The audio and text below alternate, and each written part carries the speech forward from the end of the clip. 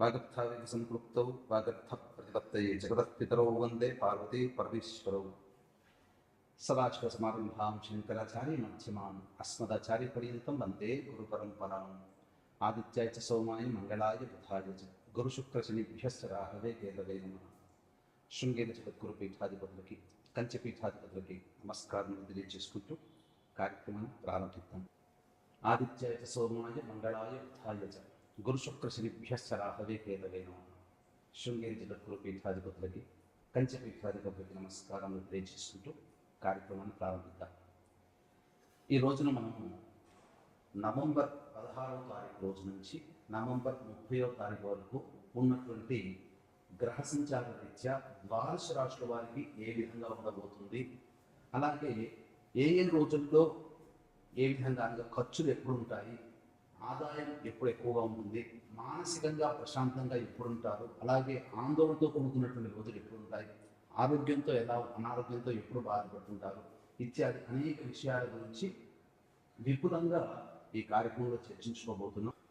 November 16వ తారీఖు నుంచి 30వ తారీఖు వరకు వృశ్చిక రాశి వారికి ఏ విధంగా ఉండబోతుందో తెలుసుకునే ముందు గ్రహ సంచారం తెలుసుకుందాం. రాశిలోని రవి, బుధుడు, ద్వితీయమందు శుక్రుడు, చతుర్థమందు శని మరియు పంచమందు రాహు, సప్తమందు గురువు వక్రీకరించి, ఇక నవమ స్థానమందు కుజుడు స్థితి పొంది ఉండడం, లాభస్థానమందు కేతు. వెరసి చూసుకున్నట్లయితే ఈ యొక్క వృశ్చిక రాశి వారికి అర్ధాష్టమ శని దోష ప్రభావం మళ్ళీ మొదలవుతుంది. గత 2 నెలలుగా ఉన్నటువంటి ఈ యొక్క శని వక్రం 15వ తారీఖు నుంచి వక్రత్యాగంలోకి ఉండడం, తద్వారా ఇంతకుముందు ఆనందంగా గడిపినటువంటి 2-3 నెలల్లో ఆనందంగా గడిపినటువంటి స్థితిగతుల నుంచి మళ్ళీ మీరు ఇబ్బందికర పరిస్థితులు తలెత్తే అవకాశాలు గోచరమవుతున్నాయి. కాబట్టి జాగ్రత్తలు పాటించండి. ఇక రాష్ట్రాధిపతి అయినటువంటి కుజుడు 9వ స్థానంలో స్తంభించి ఉండడం, ఇది మిశ్రమ ఫలితాలు మీరు పొందుతారు. ఇక 7వ స్థానంలో గురువు వక్రీకరించి ఉండడం, రుణములు పెరిగేటువంటి అవకాశాలు గోచరమవుతున్నాయి. చిన్నపాటి అనారోగ్య సూచనలు గోచరమవుతున్నాయి. అలాగే ప్రధానంగా మొహమ్మాటానికి పోయారంటే అనేక రకాలుగా ఇబ్బందులు పడే అవకాశాన్ని మీకు ఈ యొక్క వృశ్చిక రాశి వారికి ప్రత్యేకంగా సూచించడం అవుతుంది. ఇక ప్రభుత్వ రంగంలో ఉన్నటువంటి వారికి, అనగా ఉద్యోగస్తులకి, కాంట్రాక్ట్ వాళ్ళకి ప్రోత్సాహకాలు చక్కగా ఉంటాయి, మంచి స్థితిగతుల్లో ఉంటారని చెప్పవచ్చు. కోరుకున్న చోటికి బదిలీలు జరుగుతాయి. నిరుద్యోగస్తులకి సాధారణ ఫలితాలు కలుగుతాయి, అనగా ఉద్యోగం లభిస్తుంది, కష్టపడితే తప్పకుండా. ఇక కుటుంబ పరిస్థితుల్లో కొన్ని మార్పులు చేర్పులు చోటు చేసుకుంటాయి. నూతన వస్తువుల కొనుగోలు, గృహోపకరణాల కొనుగోలు ఈ యొక్క మాసంలో చేస్తారు, 16వ తారీఖు నుంచి 30వ తారీఖు లోపల. ఇక ఉన్నతంగా కూడా ప్రధానంగా ఈ యొక్క శని ప్రభావము, రాహు ప్రభావము మరియు గురు ప్రభావము అనుకూలంగా లేని కారణం చేత కొంత విపత్కర పరిస్థితులు అనేవి యొక్క గోచరం అవుతున్నాయి. కాబట్టి జాగ్రత్తలు పాటించండి. ఇక ఆస్తిపాస్తులకు సంబంధించిన విషయాల్లో ఒక కొలిక్కి వస్తారు. అలాగే మీకు ప్రధానంగా గృహ మార్పు సూచన చేస్తుంది. గృహ మార్పు, వాహన మార్పు జరిగే అవకాశాలు గోచరమవుతున్నాయి యొక్క వృశ్చిక రాశి వారికి. ఇక ప్రధానంగా గమనించుకున్నట్లయితే ఎఫ్ఎంసీజీ రంగంలో ఉన్నవాళ్ళు, హోటల్ రెస్టారెంట్ బిజినెస్లో ఉన్నవాళ్ళు, ఎడ్యుకేషన్ బిజినెస్లో ఉన్నవాళ్ళు, జ్యువెలరీ బిజినెస్లో ఉన్నటువంటి వాళ్ళు, ఎఫ్ఎంసీజీ రంగంలో ఉన్నటువంటి వాళ్ళు మీరు నూతన వ్యాపార విస్తరణ కానీ లేకపోతే కొత్త బ్రాంచ్లు పెట్టడం కానీ చేయకండి. ఉన్న దాంట్లో సరిపెట్టుకుంటూ కాలం కలిసి రాని సమయంలో తగ్గి ఉండడాన్ని మేలని గమనించుకొని కొత్త ప్రయత్నాలు ఈ యొక్క వ్యాపార రంగంలో ఉన్న వాళ్ళు చేయకండి. ఇక రైతులు సాధారణమైన పంటలు వేసుకోవడం, తెలిసిన పంటలు వేసుకొని ఆనందంగా గడపండి. ఎక్కువగా కొత్త పంటల జోలికి వెళ్ళకండి. రియల్ ఎస్టేట్ రంగంలో ఉన్నవారు, లాయర్ వృత్తిలో ఉన్నటువంటి వాళ్ళు, ఎలక్ట్రానిక్స్ అండ్ ఎలక్ట్రానిక్ రంగంలో ఉన్నటువంటి వాళ్ళు, మైనింగ్ వ్యాపారస్తులు మిశ్రమ ఫలితాలు పొందుతారు. గొప్పగా విజయాలు అనేటువంటివి ఉండవు. సాధారణమైనటువంటి జీవితాన్ని గడుపుతారని చెప్పవచ్చు.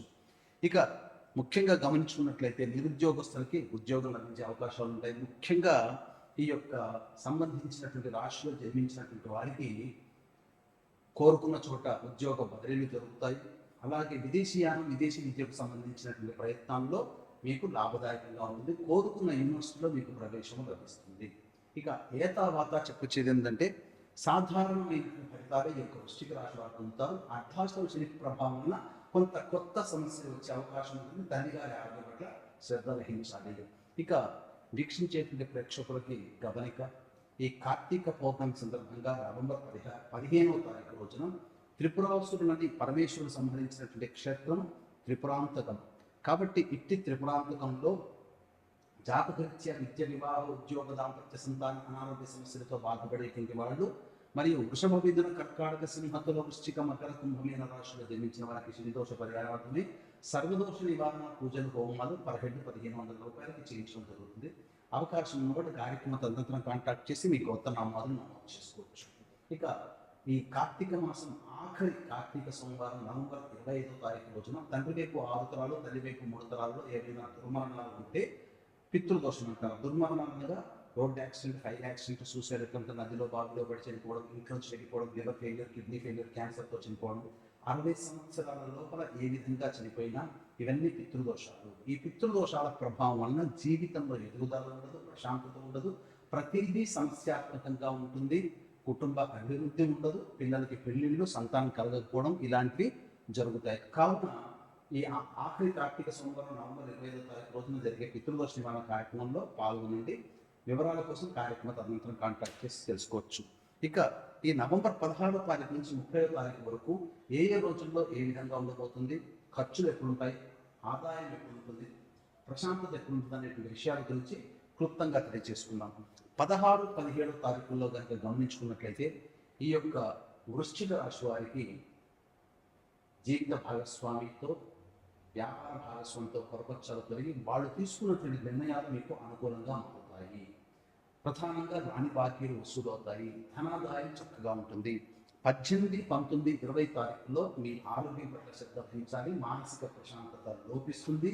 అలాగే ఖర్చులు కూడా అధికంగా ఉంటాయి. ఏ పని చేయాలన్నా ఆసక్తికరమైన జీవితాన్ని పొందలేదు.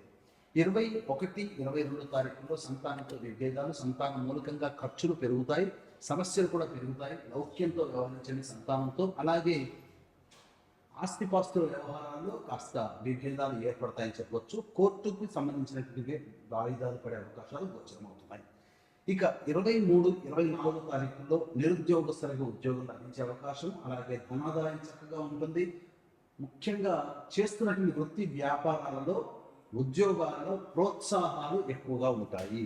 25, 26, 27 తారీఖుల్లో అన్ని రంగాల్లో ఉన్నటువంటి వారికి సంపూర్ణమైనటువంటి లాభదాయకమైనటువంటి రోజులుగా చెప్పబడింది. ప్రశాంతంగా ఆనందంగా గడుపుతారు.